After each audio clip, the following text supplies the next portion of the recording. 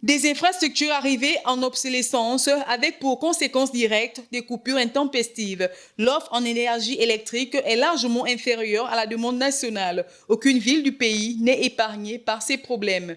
Des solutions avaient pourtant été trouvées avec des projets de construction de plusieurs barrages hydroélectriques, FEDE et Impératrice, mais l'absence de volonté politique n'a pas favorisé l'exécution de ces chantiers.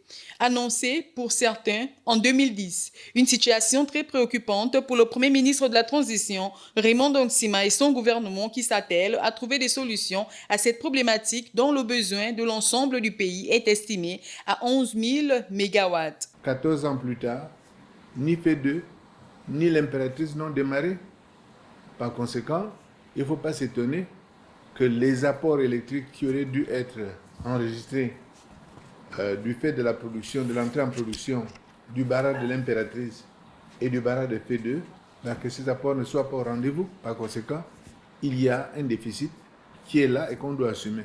Parmi les problèmes évoqués, il y a celui qui a trait à l'absence du réseau interconnecté du pays, dont les capacités à travers le Gabon restent toujours insuffisantes dans le schéma directeur de production, de transport et de distribution de l'électricité au Gabon. Ce n'est pas parce que les paiements augmentent qu'on doit se croiser les bras ou qu'on doit désespérer.